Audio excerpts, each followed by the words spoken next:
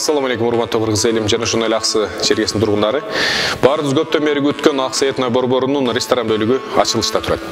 Ал эми этно борбор болуп аталыш калышынын бирден бир себеби бул жерде чет элдиктерди тосуп алуучу атайын отель ачылмакчы келечекте. Жана ошондой эле жаш балдар ойночу, жаштар келип свадьба ойноп кетүүчү, анан аксакалдар үчүн атайын чарпайда чай ичүү деген комплекстер кошулат. Алардын ичинен андан да сырткары балык фермабыз жана 40 сотуктан турган парк, ал эми парк ошол Урхордо стилинде жасала турган парктарыбыз келечекте бизди күтүп турат. Бул 2022 жылдан баштап 25 жылга чейинки ишке берүүчү комплекстерибиздин баягы алдыга койгон пландарыбыз. Ал эми эске ала турган азыркы бүгүнкү бүткөн комплекс бул Аксы рестораны. Аксы рестораны Куда кааласа эл үчүн кызмат кылууга даяр. 500 орундан кем эмес акыркы заманбап рестораныбыз курулуп жатат. Бул жерге дагы биз этно деген стилде атайын көргөзмө киргиздик. Бул этно стилдин негизги баягы тамгалары болуп, намыналар эсептелет. Бул кыргыз элинин тарыхы. Бул ар бир уруу өз убагында өзүнүн эң тамгасы менен өзүнүн желектерине ушуларды басып жашашкан. Кайсы уруудан экенибизди мына келсеңиздер коноктор бул жерде атайын түшүндүрмө табличкасы менен коюп беребиз. Бул тарыхыбызды биз муундан муунга өткөзүү максатында ушундай кылып жасоого жетиштик. Ал эми бул биздин этнокомплекстин логотиби. Бул логотиптин негизги келип чыгышы баягы Сүрөтчүлөр академиясынан атайын художник алып келген элек, Урмат деген агайды. Ал бизге суроо берди, Аксы деген өзү эмнени түшүндүрөт деп. Аксы деген бул бейиштин босогосу деп айтылат. Этимологиясы чечмелениши ушундай десек, ошону мен кантип көрөм дегенден биз Аксынын бардык территориясын өзгөчө болгон Падышата, Пачатата, Авлетим жайлоосу, Тоскоолото, Сарычелек деген көлдөрүбүзгө Бозбатага чейин экскурсия жасап бердик. Ошолордун баардыгын көргөндө анда калган негизги элес ушундай болду. Аксы бул жашыл массанын эң жетилген жери экен. Тоолор, суулар ушунчалык бири-бирине айкалышып турат экен. Ал эми мен ушунчалык таң калган. Бул токойуна кирсең асман көрүнбөйт, ами тоонун башына чыгып, астыңды карасаң токойдон жер көрүнбөгөн. Эң көп жаңгактуу токойлорду мен ушул жерден көрдүм деп, ушул жаңгактын элесин тоголок калкак формага түшүрүп берди. Ал эми чекесиндеги ак менен каранын мындай жорулушкан формалары бул негизи кыргыздын өзүнүн эле оюулары. Кыргыздын оюулары дагы өзүнүн философиясы менен болот. Ак менен кара болуп калышы бул тиричиликтин алпурушуп күрөшүп жаткан моментин көрсөтүп жатат. Ак менен кара же болбосо ысык менен суук деп. Ал эми биздин ресторанды жалпы аташы мындай тамгалар менен берилди. Бул да этно стилде жасалган тамгалар. Ал эми биз мындан кийин ресторанын жалпы конокторду кабыл алуучу залы жөнүндө жана ошондой эле биздин ушул комплексте бүткөн мини залыбыз, VIP зоналарыбыз, чайханаларыбыз, заказаштарыбыз менен кухняларыбыз жөнүндө мактанып беребиз.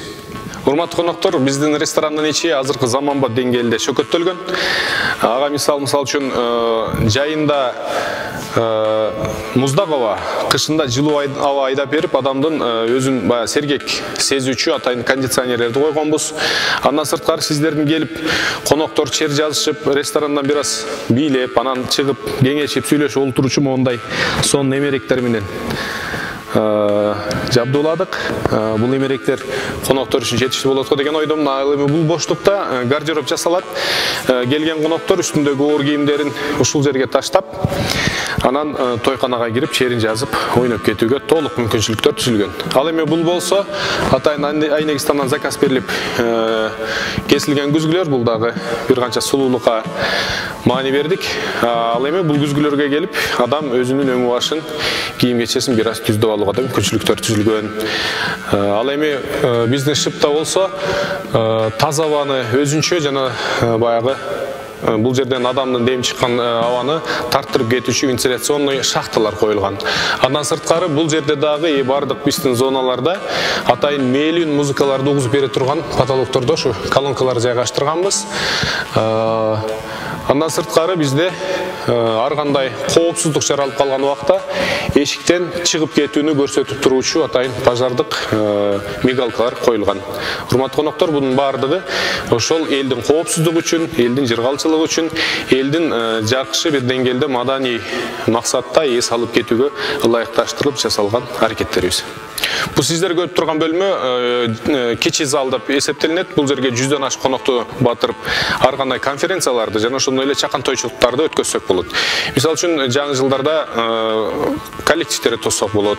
Андан сырткары 10 жылдык, 20 жылдыктарда ошолордун конокторун тосуп берсек болот. Конференц зал болушунун бирден бир себеби мына дубалдар өзүңүздөр көрүп турган провод чыгып турган жерлерге LED экрандар келип коюлуп, ар кандай деңгээлде конференциялар өткөрүлөт. Ал эми бул мебелдер атайын ушул жер үчүн даярдалып келинген. Жакында буларды дагы ордоруна жайгаштырып, бул бөлмөнү дагы ишке беребиз. 1-2 күндүн ичинде. Урматтуу биздин коноктор, бул комплексибиз чайхана катары заказ менен ар бир бөлмөнү заказга алып, чай ичип отурса ыңгайлаштырылган бөлмөлөр. Бул бөлмөлөрдө бардык эрежелер сакталган. Мисалы үчүн бул айнектер ичтен сырткары, сырттан ичкери үн чыгарбай турган айнектер. Бул жерде кеңири сүйлөшүп, өзүңүздөрдүн маарекени кеңири белгилеп отурууга болот. Ар бир кабинада 20дан кем эмес адам жайгаштырууга мүмкүнчүлүктөр жаралган. Алардын комфорттуулугун түзүш үчүн буларда атайын аба тазалоочу шахталар коюлган. Бир жагынан таза аба берип турса, бир жагынан булганча абаны сыртка соруп чыгып кетет. Ар дайым бөлмөңөр жана маанайыңар шаттуу болот.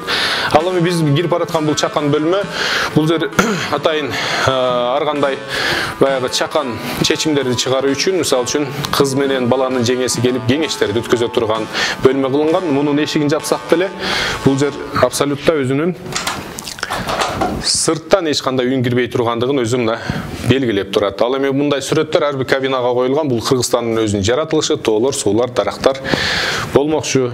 Кийинки бөлмөбүз болсо атайын VIP зона деп аталат. Бул VIP зонага 20дан 30га чейинки адамдар келип, мини конференцияларды өткөзсө болот, ар кандай чогулуштарды, райондук деңгээлдеги чоң чогулуштарды өткөрүүгө мүмкүнчүлүк бергенбиз. Бул жердин дагы таза аба менен булганча абаны тазалап туруучу атайын вентиляционный шахталары бар. Ал эми бул жердин төрүнө мына өзүбүздүн сарча электи сүрөтүн кайтып фотобой кылып чыгарып койдук. Ал эми калган дагы жүрсөңүздөр улантабыз. Кийинки кезек биздин ашкана жөнүндө болмокчу. Ашкананын негизги коридорунда турабыз. Ашканаларыбыз негизги санитардык эрежелерди сактоо менен жасатылды. Ал үчүн атайын жылкынын эти бышырылуучу кана өзүнчө, ашпозчунун аш демдөөчү бөлмөсү өзүнчө, холодный цех өзүнчө, горячий цех өзүнчө, идиш жуучу бөлмөлөр өзүнчө болуп жасалган. Азыр биз көрүп аткан цех горячий цех деп аталат. Бардыгы ысык окуташтын бардыгы сиздер үчүн ушул жерде жасалат. Алардын сапаты мына окшогон атайын ресторандар үчүн муздаткычтарда кармалмакчы. Ал эми бул жерде өзүңүздөр көрүп турган нерсе бул слайсер деп аталат. Бул аппарат сиздер үчүн этти ыңгайлуу, жеңил ыңгайлуу кылып каалагандай формада кесип берүүчү аппараттар алынган. Бул аппарат сиздер каалаган оокатты заказ берсеңиздер, өзүнүн ичинде атайын камырдан башталып ар кандай деңгээлдеги оокаттарды порциялык деңгээлде дагы жана ошондой эле баягы көп көлөмдө бышырат. Себеби мында 4 бокс бар. Ал жеке 2ден лист катарынан салынганда 8 лист салынып, анын ар биринде жок дегенде 10дон 15тен порцияны оокаттарды бышырып чыгарса боло турган жабдык. Бул жердеги бардык идиштер нержавейкадан. Бул атайын келген коноктордун ден соолугу үчүн деп нержавейкадан жасалган. Бул санитардык абалга жооп берүүчү атайын ушул ресторандар үчүн детальдар. Бул печкабыз конвектомат деп аталат. Бул конвектоматтын ичинде 128 операцияда оокат бышырылат. Бул жерде пар менен бышырса болобу, суу менен бышырса болобу, май менен бышырса болобу деген оокаттардын бардыгын салып бышырса болот. Азыркы убакта популярдуу болуп жаткан баягы козу грилдерди, тоок, үндүк грилдерди ушунун ичине салсаңыз, сиз каалагандай өлчөмдө бышырып бере алганга жөндөмдүү. Ал эми бул азыр сиздер көрүп жаткан аппаратура бул атайын бул жерде ысыктан пайда болгон микробторду, кокусунан кирип кеткен чымындарды, ар кандай баягы санитардык эрежени бузуучу заттарды өзүнүн тездиги менен сыртка соруп, бул жерде эч кандай түтүн, пар калтырбастан бул бөлмөнүн санитардык абалын жакшыртуучу аппарат болуп эсептелинет. Сиздер көрүп турган бул холодильник атайын эт үчүн, балык үчүн өзүнчө бөлөк холодильник. Ал эми бул жабдык витринный муздаткыч. Мунун ичинде ошол коноктордун заказ берген салаттары жасалып, бирок баягы сыртка бериле электе ушул жерде муздак абалда кармалуучу атайын жабдыктар болуп эсептелинет. Бул жер болсо өзүбүздүн улуттук ашкана казан очокторубуз. Казан очокторубуз жайгаштырылып, санитардык абалын жооп берүүчү атайын таштарды чаптатылдык. Бир канча булганыштардан сактоо максатында буну тазалап сүртүп коюу абдан ыңгайлуу. Ал эми бул казандар болсо атайын 250 литрлик казандардан, мындайча айтканда бир эле убакта 2 жылкыны союп батырса болот. Ал эми бул 150 литрлик казандарына ошол жылкынын казык карталары, чучуктары салынып бышырылганга ыңгайлаштырылган. Бул жерде ошол казандан чыккан бууларды тазалоочу атайын жабдыктар коюлду. Бул жерде санитардык абал аябай таза. Бул жерге келип кызмат кылган адамдар үчүн бардык шарттар түзүлдү. Бул биздин экинчи очоккана. Экинчи очоккана менен биринчи очоккананы бөлгөнүбүздүн бир максаты ал жакта жалаң эт кармалат, ал эми бул жакта аштар демделет, ар кандай оокаттар жасалат. Ошол себептен экиге бөлгөнбүз. Бул жерде санитардык абал абдан жакшы каралган. Момундай аба тазалагычтар менен, желдеткичтер менен жана ошондой эле бардык санитарга ылайык мындай таш бастырылып, тазалоого, жууганга ыңгайлаштырылып жасалган. Бул казандардын бардыгына аш демделет, бир канча дымдама дагы ушул сыяктуу жакшы жеңил оокаттар жасалмакчы. Эмесе, урматтуу коноктор, сиздер үчүн мына бүгүнкү тойкананын негизги бөлүгү болгон чоң залда турабыз. Бул жак болсо атайын этно стилде жасатылган, 2 жаш отуручу жана той элер отуручу бөлүгүбүз болуп эсептелет сахнабыз. Ал эми бул тарап өзүңүздөр көргөндөй биз конокторду 600 адамга чейин кеңири батырып, кеңири тойканада той өткөрүп бере алабыз. Ал эми сиздер көргөн бул жасалгалар атайын классика жана неоклассикалык стилде жасалтылган ак түстөгү буюмдар коюлуп, тойдун шаңына өзгөчө шаң кошмокчу. Тетиги сиздердин көзүңүздөргө көрүнүп турган шторалар бул Штора от Гули деген компаниядан жасатылган. Атайын дизайнерлер келип, лазерлер менен келишип, кол абдан сонун кооздукту берип туручу, тойго шаңды шаңдай кошуп туручу кездемелер менен укмуштууну жасалгап берди. Ал эми бул жак болсо кире бериш жагы жана ошондой эле тойду көркүнө чыгаруучу, алып баруучу жана музыкант туручу жайлар болуп эсептелет. Бул ар бир колонкалар кичинекей болгону менен өзүнүн динамикасы аябай чоң. Динакорд деген компаниянын акыркы үлгүдөгү жабдуулар менен камсыздадык. Ал эми могул сиздер көрүп турган JBL колонкалары булар үндү жаңыруудан сактап, бул жерде сүйлөтүлгөн ырдалган ырлардын кооздугун элге уккулуктуу жана элди тажатпай турган деңгээлге чейинки жабдуулар болуп эсептелинет.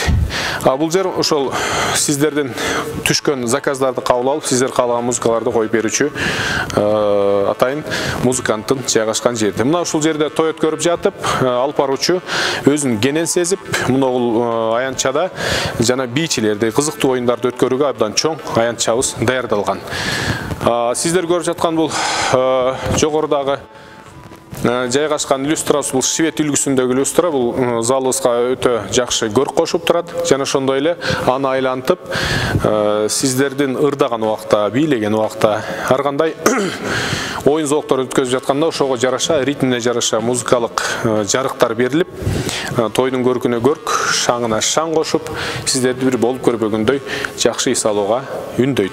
Урматтуу коноктор, ушундай жайда келип эс алып кетиңиздер. Айрыкча ак селиме кайрылам. Жана ошондой республиканын бардык бурчундагы конокторду ушул ресторандарды көрүп, бир канча баягы үлгү алып, тойлордун күбөсү болуп, жакшы эс алып кетүүңүздөргө чакырып кетмекчимин.